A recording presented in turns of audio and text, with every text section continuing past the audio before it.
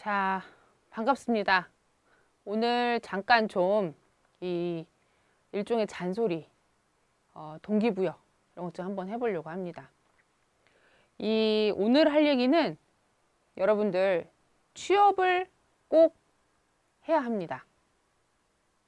취업을 꼭 해야 한다라고 생각하는 사람들이 많긴 해요. 근데 진심으로 마음속에서부터 내가 반드시 취업을 해야겠다라고 생각을 하면서 그 준비들을 해오고 있냐라는 이야기까지 포함이 되는 이야기입니다. 일단 이 오늘 하려는 이야기는 부모님이 건물주거나 아니면 저는 이 표현을 좋아하는 사람은 아닙니다만 다이아몬드 수저에 내가 포함이 된다. 내 계층이 다이아몬드 수저에 포함이 된다라고 하면 해당 사항 아닌 얘기입니다.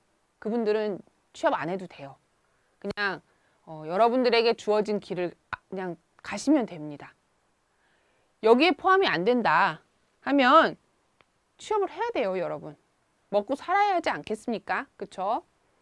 그렇기 때문에 내가 부모님이 건물주거나 그리고 다이아몬드 수저다 그러면 이 영상 안 보셔도 되지만 근데 나 한번 그냥 자기 개발 차원에서 좀 취업해보고 싶다 하면 들으셔도 좋습니다. 그리고 그 이외의 분들 반드시 좀 듣고 열심히 좀 하겠다라는 생각 좀 오늘 할 수 있었으면 좋겠습니다. 왜 이야기를 하냐 하면 이 학기 중이나 방학 중에 좀 짬이 날 때마다 제가 학생들을 만나서 좀 상담을 하고 싶어 해요. 왜냐하면 요즘 어떻게 지내는지, 어려운 점은 없는지, 도와줄 건 없는지, 공부는 잘하고 있는지, 그리고 뭐 취업은 어떻게 생각하고 있는지, 뭐 준비하고 있는지 얘기를 하려면 전화로만 얘기해가지고는 좀 부족해요. 그래서 한번 좀 와라, 시간 내서 좀 와라 이러면 한 100에 90은 바쁘대요. 되게 바쁘대요. 그 이제 뭐 때문에 이렇게 바쁘냐라고 물어보면 그 대답을 하는 학생 중에 100에 99는 다 알바하느라 바쁘대요. 이 상담 이외에도 학기 중에 이제 이 과목 진행을 하면서 중간고사, 기말고사 보잖아요. 근데 중간고사, 기말고사 일정을 평상시에 그 과목의 그 요일 시간에 똑같이 맞춰서 시험일을 정하지 않으면 난리가 납니다. 한 번은 어떤 학생은 정말 벌떡 일어나서 정말 저한테 이 단어만 세지 않았지 그 어떤 표정이나 뭐 이런 어떤 행동 이런 것이 정말 저랑 싸우고 싶은 사람이구나 라는 느낌이 확 들 정도로 난리가 납니다. 아니 그래서 뭐 때문에 이렇게 시간 내기가 힘드냐. 중간고사, 기말고사 딱 이 학기에 한 번씩 있는, 2번 있는 일인데 그 주에 그렇게 좀 이 일정 변경하는 게 그렇게 어렵냐 얘기를 해보면 알바 때문에 안 된대요. 알바 일정이 이미 다 정해져 있어서 거기서 벗어나면 큰일 난다는 거예요. 이렇게 중요한 알바라서 저는 진짜 중요한 건 줄 알았어요. 물론 중요하죠. 돈 버는 거 중요한데 무슨 알바를 하는지 좀 물어보고 알아보니까 여러분들 지금 공부하고 있는 어떤 전공 지식이나 그리고 이 4년 동안의 대학을 졸업해서 학사학위라는 것을 소유할 사람이 이렇게 신이 나서 적정한 어떤 지적 그런 활동을 할 수 있는 그런 종류의 일이 아닌 거죠. 그냥 단기로 짧게 그냥 이렇게 좀 몸 쓰는 일 이런 위주로 아르바이트를 하는 게 대부분인 거예요. 근데 여러분 이게 되게 위험한 게 물론 돈은 벌어요. 용돈 벌이게 되는데 이건 이력서에 쓸 수가 없는 그런 경력이에요, 여러분.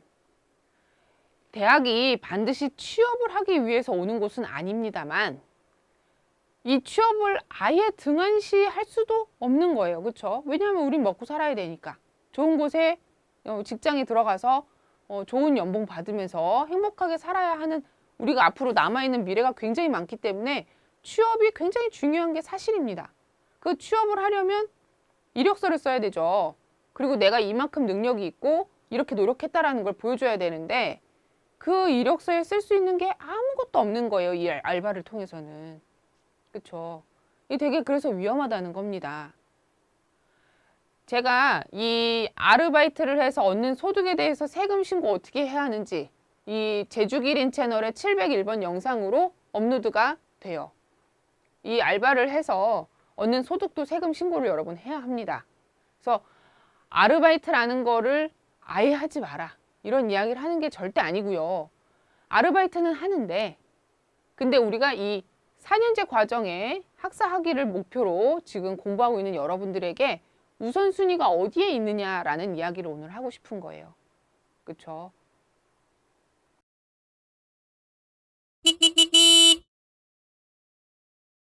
아르바이트 하면 용돈 버는 거, 돈 버는 거 중요한 거 저도 100번 이해합니다. 22년도에 여러분 이 최저시급이 9,169원이었어요. 그쵸? 그럼 이거를 주에 40시간 일을 한다 치잖아요. 그러면 월에 월급이 191만 원이에요. 그쵸? 23년도에는 더 올라요. 그래서 9,620원이 돼요. 그쵸? 이거 40시간 근무하면 월에 201만 원 돼요. 엄청 큰 돈인 거 압니다. 네. 근데 2022년 8월 기준으로 여러분 8월 기준으로 통계청에서 통계를 내봤는데 정규직하고 이 정규직이 아닌 사람들의 그 임금을 비교를 해봤대요. 그랬더니 정규직은 얼마였을 것 같아요? 평균 348만 원. 그리고 비정규직은, 그러니까 정규직이 아닌 분들은 얼마였을 것 같아요? 188만 원이래요. 그렇죠? 그래서 이 둘 사이에 차이가 160만 원.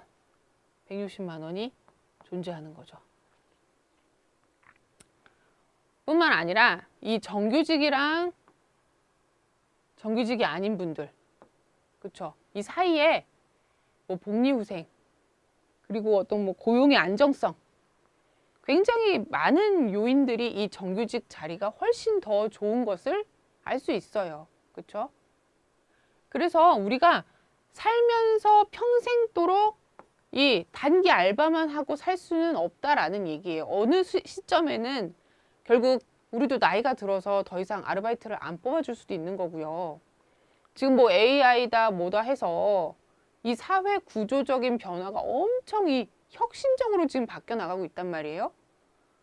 그리고 이 지금 당장 3년 전, 5년 전과 지금을 비교해도 많은 것들이 변해 있는데 앞으로 지금 뭐 100세 시대냐, 뭐 120세 시대냐 지금 그런 이야기 하는데 이 앞으로 이 긴 미래 모든 시간 동안 계속 알바만 하고 살기에는 애매한 거죠. 불안한 거예요. 이 고용 불안에 대한 이야기뿐만이 아니라 임금도 여기서 이렇게 차이가 나고요. 그리고 뭐 복지 포인트, 뭐 성과 평가에 따른 그 보상, 명절 어떤 상여금 이런 거에 있어서도 다 모두 다 차이가 있고요.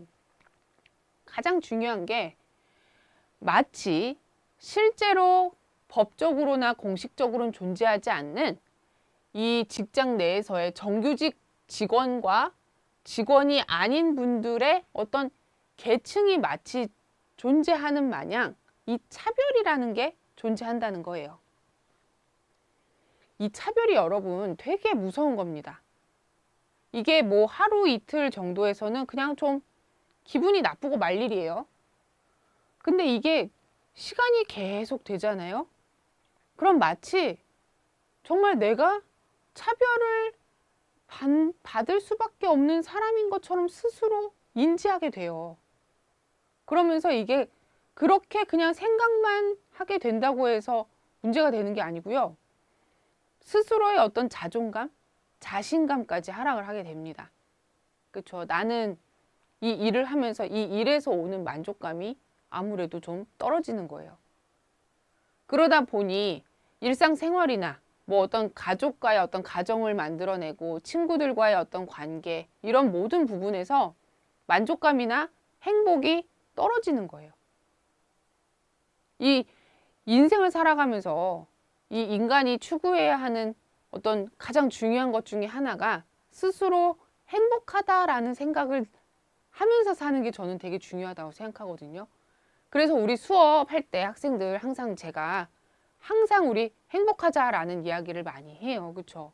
근데 계속 알바만 해서 행복하다라고 말할 수 있는 분도 있겠지만 불확실하다라는 거예요. 언젠가 가서 내가 갑자기 이거 내가 더 이상 행복하지 않은데 라고 생각했을 때 정규직이 되고자 하는 어떤 그런 노력을 시작하면 이미 늦을 수도 있다라는 거예요. 절대로 지금 제가 여러분한테 지금 하는 말은 뭐 얼마를 버는지, 그리고 뭐 어떤 종류의 일을 하는 것인지, 뭐 이런 이야기를 하려는 게 아니에요. 이 일생을 살아가고 자신의 미래나 어떤 나의 발전을 위해서 노력을 하는 그런 과정 중에서 인생에 있어서 이 자신감, 자존감이라는 거는 정말 중요합니다, 여러분. 자신감이 있어야 다른 일도 뭔가 도전을 해볼 마음이 생기고요. 도전을 할 때도 어떤 창의력이나 행동력, 이런 것들을 발휘할 때 자신감이라는 게 없으면 이 추진을 하는 게 굉장히 어려워요. 이 대학 교수라는 직업도요, 여러분. 이 사회적으로 보면 공부도 굉장히 많이 했고, 그리고 이 학교에서 다른 학생들에게 지식을 전달을 하면서 굉장히 스스로 어떤 직업에 대한 만족도도 높은 직업이라고 많은 어떤 기사나 다른 자료들에서 보여주고 있습니다. 그런데 그런 스스로의 만족도가 아주 높은 직업이라는 대학교의 교수라는 직업을 가진 분들도 여러분, 교수라는 그 직업을 수십 년을 하고 나면 계속 교수만 그냥 남아 계시는 분들도 있지만 상당수가 정계에 진출을 하려고 한다거나 자신의 어떤 사업을 시작을 해보려는 분들도 많고요. 아니면 이 국책기관, 뭐 공기업, 공공기관, 준정부기관, 아니면 국책연구소 이런 곳에 장으로 가려고 하시는 분들도 되게 많습니다. 그래서 우리나라의 공기업들, 준정부기관들 이 원장, 소장 뭐 이런 좀 제일 높은 위치에 계신 개방직 직위에 계신 분들 보면 이력이 교수 출신이신 분들이 많아요. 그 얘기는 뭐냐면요, 여러분. 아무리 만족도가 높은 직업을 택해서 수십 년간을 하더라도 인간은 계속 새로운 일을 추진하려고 하는 어떤 목표를 세우고 달성을 하면서 얻는 행복감이 크다라는 거예요. 그렇지 않고서는 지금 현재의 직업이 아무리 남들에게도 그리고 스스로에게도 만족도가 높은 직업이라고 해도 그 일 하나만 해서 평생 늙어 죽을 때까지 하기에는 충분하지 않다라는 거죠. 그러려면 여러분, 내가 다른 일을 추진할 수 있는 사람이라는 걸 스스로 인지하고 있어야 돼요. 자신감이 있어야 돼요. 근데 이 아르바이트 등을 하면서 이 알게 모르게 뭔가 차별을 받고 계속 좀 직원과 다른 수준의 어떤 약간은 허드렛 일에 가까운 그런 일들만 계속 하다 보면 자신감이 많이 결여가 됩니다. 그래서 이 좋지 못하다는 거예요. 인간의 어떤 긴 어떤 발전 과정상의 그런 여정을 살펴봤을 때 단기간에 끝내야 하는 그런 경험인 겁니다. 그리고 또 이 인간으로서 행복 추구권이 당연히 있는 거예요. 그렇죠? 이게 침해가 되는 거예요. 이 부모님하고 만나서 얘기할 때도 그렇죠? 이 친척들하고 다 같이 모이는 이런 명절날 너 뭐하니? 너 요즘 무슨 일 하니? 뭐 공부는 잘하고 있니? 이런 이야기들 당연히 다 나누시잖아요. 그렇죠? 대학을 졸업하고 나면 요즘 너 무슨 일 하니? 어디 취업은 됐니? 이런 얘기들 하거든요. 질문하면 대답할 게 없는 거예요. 그러면 그런 명절에 친척들 모인 자리에 가고 싶지도 않아요. 아니면 평소에 집에 들어가서 엄마 아빠랑 얘기가 하고 싶지도 않은 거예요. 저녁 식사 같이 하고 싶지도 않은 거예요. 어떤 마음인지는 알지만 그렇게 살기엔 너무 슬프잖아요. 그렇죠, 여러분? 그리고 친구들 만나면 쟤 누구는 어디 취업해서 연봉이 얼마래. 쟤는 어디 취업해가지고 거기서 이러한 굉장한 일을 하고 산대. 막 이런 이야기 들으면 그렇게 위축이 돼요. 그쵸? 그리고 또 이성 친구 만나서도 마찬가지고 이 자신감이 결여가 되는 거예요. 점점. 이게 젊은 시절에 이 정도 인간관계에서만 일어나는 일이면 다행스러운데 이게 문제는 나중에 만일에 결혼을 하면 배우자하고의 관계에서도 이게 영향을 미치고요. 이 가장 큰 문제는 내가 자식을 낳아서 자식을 키우게 될 때, 이 자식을 키울 때 어떤 양육 방식, 그리고 자식에게 대하는 태도, 그리고 평상시 나의 이 감정들이 다 이 자식에게 영향을 미치는데 이 모든 부분에서 이 영향을 미쳐서 결국 다음 대로 이게 이어져 내려간다라는 것에 가장 큰 문제가 있는 것이죠. 교수님, 그냥 열심히 살면 되죠.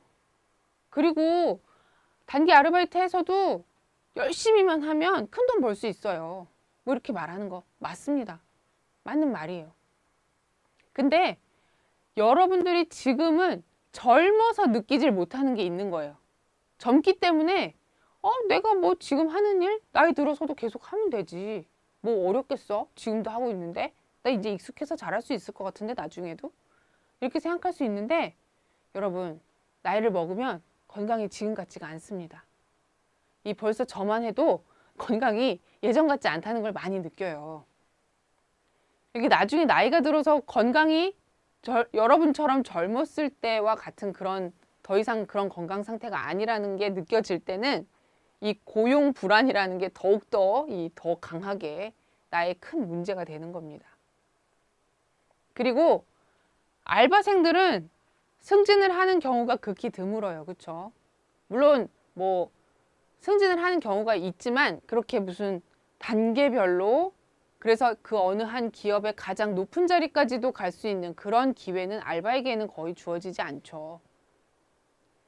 이 승진을 하는 그 과정에서 배워나가는 업무와 관련된 역량들, 그리고 쌓이는 어떤 지식들, 세상을 바라보는 어떤 시야, 이런 것들이 확대되는 그것은 승진을 해본 사람만이 알 수 있습니다.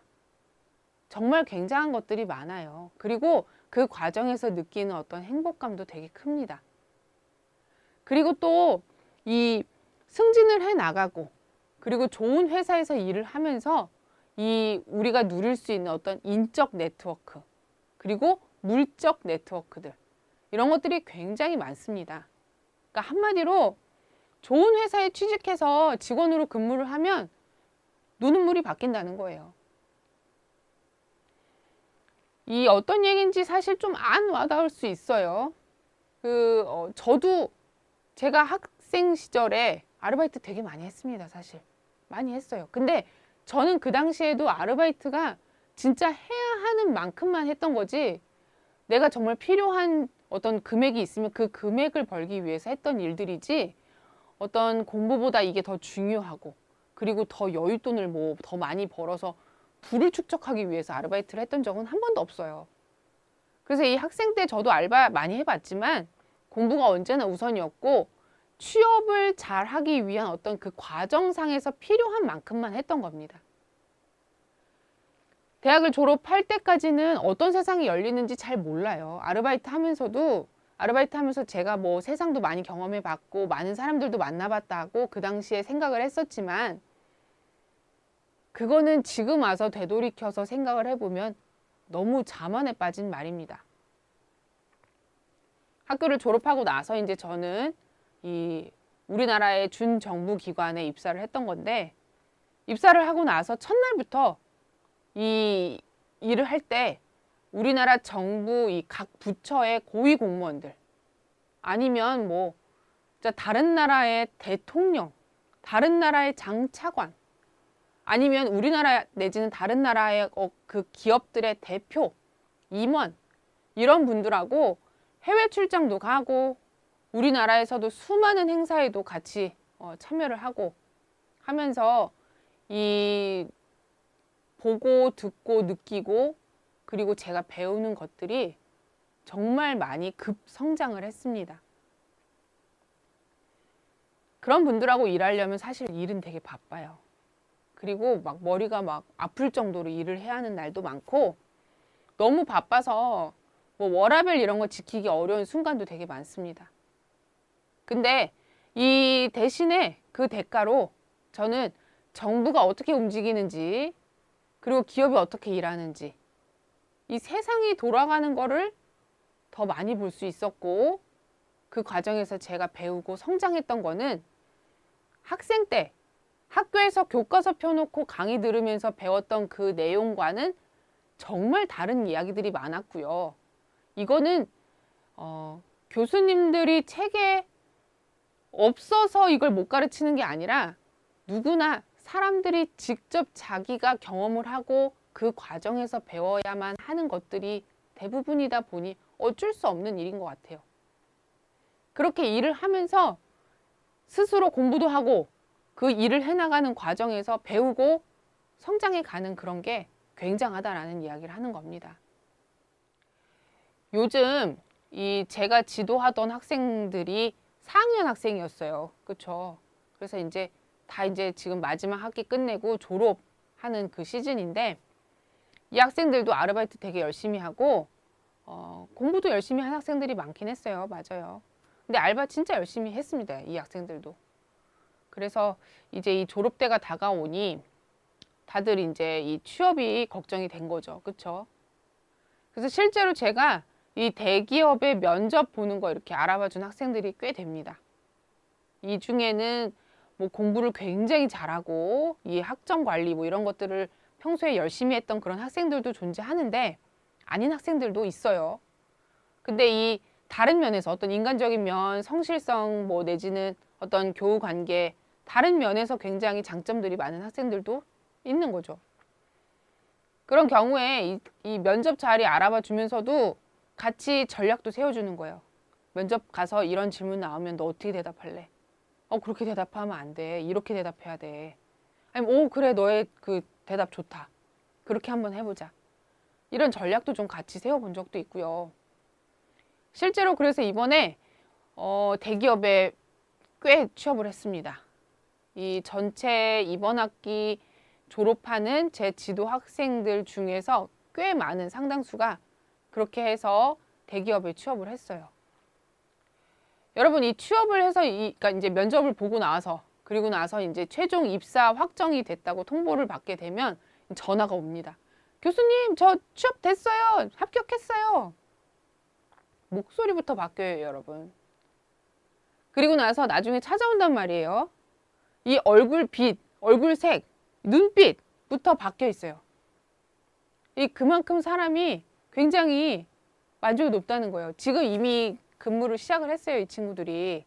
지금 방학이고 아직 졸업 시기 있기는 전이긴 한데, 이제 방학이기 때문에 이제 벌써 근무를 시작을 했단 말이에요. 같이 이렇게 대화해보면 굉장히 사람이 벌써 뭔가 성장을 했다. 와, 사람이 되게 많이 변했다. 이런 느낌 받습니다. 자, 그럼 이쯤에서 이제 여러분이 저한테 하고 싶은 말이 있겠죠. 교수님, 저 취업하기 싫어서 지금 뭐 취업하기 싫다고 말씀드린 적 없는데요. 라고 얘기할 수 있습니다. 맞아요. 취업하기 싫은 사람은 별로 없어요. 그쵸? 근데 그 취업을 정말 하고 싶다면 말만 내지는 생각만 저 취업하고 싶어요 라고 이야기해서는 안 된다라는 이야기를 하고 싶은 거예요. 취업이 정말 해야 되고 하고 싶으면 그 준비를 미리미리 열심히 해 나가야 한다는 얘기예요. 알바에만 열심히 막 해서 막 낮이고 밤이고 알바만 할 게 아니라 뭔가 취업을 잘하기 위한 그 준비를 미리미리 해 나가야 한다는 얘기예요. 관련된 자격증도 따야 되고요. 그리고 예를 들어서 저 같은 경우엔 이 회계부서에 이제 이 학생들을 취업을 시키는데, 회계부서에서 여러분 대기업의 회계팀에 가서 내지는 뭐 중견기업, 뭐 상장기업 이런 데들 회계부서에 가서 일을 하려면 여러분 가서 무슨 일을 하는지 공부도 확실하게 해둬야 하고요. 그리고 공부로만 끝날 게 아니라 대학교 시절에 인턴십을 해봐야 돼요. 실제로 가서 장부를 작성도 해보고 결산도 해보고 그리고 어떤 필요한 그 회계와 관련된 서류들도 만들어 보고 인턴한테 직접 시키지 않습니다. 이 얼마나 중요한 일인데 그걸 인턴한테 너 알아서 해갖고 와 이렇게 시키겠어요. 인턴한테 안 시켜요. 근데 인턴을 하게 되면 그 일을 하는 직원들의 그 일을 옆에서 보조를 해주면서 이 사람들이 어떻게 일하는지, 무슨 일을 하는지, 이게 그래서 어떤 식으로 진행이 되는지 보고 배울 수 있는 기회를 얻는다는 거예요. 그러다 보니 인턴한테 큰 돈을 안 줘요. 그러니까 큰 돈을 안 주니까 학생들이 아이 그 시간에 그냥 아르바이트해서 돈을 벌어야지 무슨 인턴입니까 하고 인턴을 안 해요. 인턴 자리가 나서 안내를 해주면 되게 좋은 자리거든요. 정말 안 간대요. 아르바이트 하고 싶대요. 이 무슨 어떻게 해야 합니까 정말. 그래서 여러분 취업을 하겠다라는 어떤 생각을 갖고 있다면 목표를 명확하게 세워야 합니다. 내가 회계부서에서 일을 해보고 싶다. 대기업에 있는 회계부서에서 일을 해보고 싶다. 뭐 이런 어떤 목표를 명확하게 세워서 그 일을 이미 하고 있는 선배 내지는 그 일을 여러분들이 이뤄낼 수 있는 그 길을 안내해 줄 수 있는 멘토를 정해서 찰싹 달라붙어야 합니다. 그래서 그 사람들이 해주는 코칭을 잘 받아서 따르면서 열심히 노력을 해야 합니다. 그럼 지금 당장 어떻게 해야 하나요? 이제 이걸 어떻게 해야 하나요? 지금 당장 어떻게 해야 되는지 말씀해 주세요. 그쵸? 첫 번째,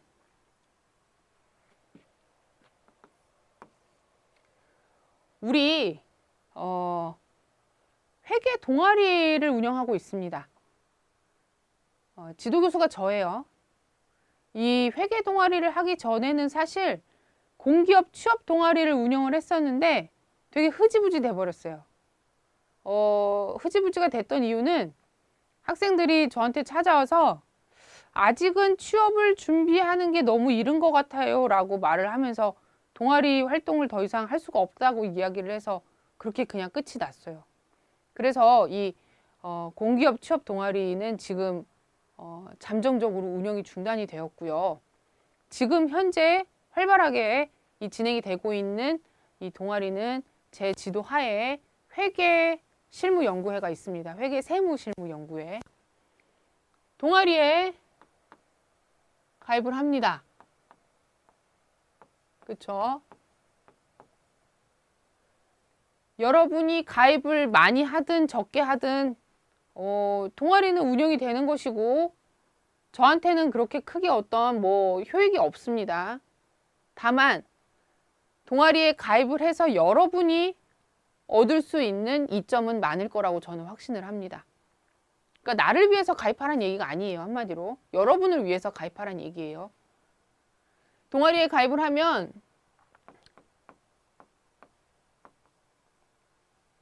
선배들을 알게 되겠죠. 그래서 이 선배들이 어떻게 준비를 했는지 실제로 올해 이 동아리에 가입이 되어 있는 학생 중에 2명이 이 대기업의 회계 재경부에 취업이 됐습니다. 제가 도움을 주었고요. 그래서 이 친구들이 동아리에서 어떻게 했었는지 내지는 개별적으로는 어떤 준비를 했는지 그리고 면접 때 뭐 어떤 질문이 있었고 면접을 어떻게 준비를 했고 뭐 등등의 이런 중요한 이야기들을 들을 수 있는 거죠. 그렇죠? 그래서 동아리를 가입하면 선배로부터 어떻게 준비해야 하는지 그런 이야기를 좀 들을 수 있고요. 그리고 뿐만 아니라 이 우리 학교 동아리가 되게 좋은 점이 자격증 같은 거 그러니까 우리 동아리 같은 경우는 회계 자격증 따는 데 필요한 교재비 그리고 자격증 응시료 이런 것들을 전액은 아닌데 일부 보조를 또 받을 수 있기 때문에 도움이 됩니다. 그렇죠? 그렇기 때문에 동아리를 가입을 해서 이 회계와 관련된 꿈을 좀 키워나가시는 게 도움이 되지 않을까. 그리고 저는 회계에 관심이 없는데 이 동아리는 가입하면 안 되나요? 라고 이야기할 수 있어요. 됩니다. 당연히. 동아리인데요. 뭐 왜 안 되겠어요. 그쵸? 동아리인데 당연히 되고요. 이 동아리 가입했다고 반드시 회계팀에 취업해야 한다라고 어떤 강제사항이 있는 것도 아닙니다. 그쵸? 그렇기 때문에 걱정하지 마시고 동아리에 가입하고, 다만 이 동아리는 회계 동아리이기 때문에 회계 자격증 취득하는 거를 다 같이 해요. 이거 다른 부서에서 예를 들어 무슨 경영전략실 아니면 마케팅팀 아니면 영업부 이런 데서 일을 해도 여러분 회계 자격증이 있다고 마이너스 받는 경우 없습니다. 되게 우대받는 자격증이 있어요. 그래서 다른 부서에서 근무하는 사람도 회계 자격증이 있으면 굉장히 입사할 때 이론점이 많고, 심지어 근무를 하면서도 회계에 대한 지식을 업무에 활용할 수 있기 때문에 굉장히 스스로에게도 그리고 그 기업에게도 도움이 많이 됩니다. 이 회계가 경영학의 언어라고 얘기해요. 그래서 회계를 모르고 경영을 할 수는 없어요. 그렇죠? 그렇기 때문에 굉장히 중요하고요. 두 번째, 이거 중요해요, 여러분. 이력서를 오늘 집에 가시면 써보는 겁니다. 이력서. 이거 4학년 졸업할 때 입사 지원서 낼 때 쓰는 거 아닌가요? 라고 이야기할 수 있는데 아니에요, 여러분. 이력서 이거 지금 바로 써보셔야 합니다. 여러분이 지금 대학교 1학년이든 2학년이든 3학년이든 지금 바로 이 이력서를 한번 본인의 이력서를 만들어 보시기 바랍니다. 인터넷에 이 이력서 양식 이렇게 해서 검색을 해보시면 수많은 이력서 양식이 나와요. 그 중에 아무거나 하나 다운을 받아서 거의 비슷해요. 거기에 이력서를 한번 써보는 겁니다. 내 학력사항, 성적, 뭐 그리고 경력, 그 다음에 자격증, 뭐 이런 것들, 인적사항이 맨 위에 올라올 것이고, 그걸 쭉 정리를 해보면 아주 내가 다 드러납니다. 내가 지금까지 어떻게 살았구나. 그리고 내가 어떤 걸 지금 하고 있구나. 그리고 내가 예를 들어서 회계팀에 취업을 하고 싶은데 앞으로 어떻게 해야겠구나. 이 내가 봐도 내 이력서에 부족한 부분이 눈에 들어옵니다. 아니면 나 되게 잘하고 있구나 하고 스스로 칭찬해 줄 수 있는 기회가 될 수도 있는 겁니다. 그쵸? 그리고 이 이력서가 이렇게 한번 만들어지면 이게 최종 버전이 아닐 가능성이 되게 높아요. 계속 한 달에 한 번은 최소 한 달에 한 번은 수정해 가면서 보완해 나가고 자기 자신을 발전시켜 나가는 겁니다. 그렇기 때문에 이력서는 지금 반드시 한번 써보시고, 뭔가 새로운 일이 생길 때마다 업데이트를 바로바로 해주고, 그리고 이 이력서에 분명히 여러분들은 아직 대학교 1, 2, 3학년의 학생들이기 때문에 이력서에 그 공란들이 되게 많을 거예요. 다 채우지 못한 것들이 많을 거란 얘기죠. 자격증도 부족할 것이고 경력도 아직 그렇게 많지 않을 거예요. 그렇죠? 그런 것들을 보면서 내가 이걸 어떻게 채워야 되지? 나 좀 더 이런 부분으로 열심히 살아야겠는데? 나 이런 거 좀 공부 더 해봐야겠는데? 인턴십 할 수 있는 방법은 없나? 뭐 이런 어떤 질문들이 머릿속에서 떠오르게 되는 거죠. 그래서 이 이력서라는 거는 자기 자신의 지금까지의 어떤 해온 것을 스스로 평가할 수 있는 기회이기도 하고, 앞으로 어떻게 내가 나아갈 길이 어떻게 되는 것인지에 대한 스스로의 계획을 세우는 데에도 크게 도움이 되는 그런 겁니다. 그래서 당장 여러분의 이력서를 한번 먼저 써보시기를 강력하게 추천드립니다. 오늘 이 취업이 중요하다라는 이야기를 좀 한참 했어요. 그렇죠? 이 취업이 사실 중요하다라는 거 모르는 분이 어디 있겠습니까? 근데 이 단순히 그냥 취업해야지라고 마음 먹는 거, 그리고 취업 뭐 당연히 해야죠 라고 그냥 막연하게 생각만 하고 있는 거랑, 취업이 정말 중요하고 반드시 해야 하고 열심히 준비해야겠다라는 어떤 그런 굳은 신념을 가지고 준비하는 사람이랑은 굉장히 다를 수밖에 없습니다. 그 결과가. 그렇죠? 그래서 좀 더 여러분이 이 취업이 얼마나 중요하고 열심히 준비해야 잘 해낼 수 있는 것인가 라는 생각을 오늘 좀 다시 한번 할 수 있는 계기가 되었길 바라고요. 아직 여러분들이 학생이기 때문에 어떤 식으로 준비해야 하는지, 뭐 어떻게 해야 하는 것인지 되게 막연한 그런 기분이 들 수가 있어요. 당연하게도. 동아리를 통해서 선배들에게 도움을 받을 수도 있고 지도교수인 저한테도 언제든지 이 상담이나 또 질문 이런 것들을 통해서 도움을 받을 수 있기 때문에 여러분들이 좀 일단 강력한 목표의식을 세우고 여러분들의 구체적인 계획을 좀 세워서 동아리도 가입하고 여러분들의 이력서도 작성을 하셔서 이 좀 차곡차곡 차근차근하게 준비해 가는 그런 시간이 이제부터 있었으면 좋겠습니다. 수고하셨습니다.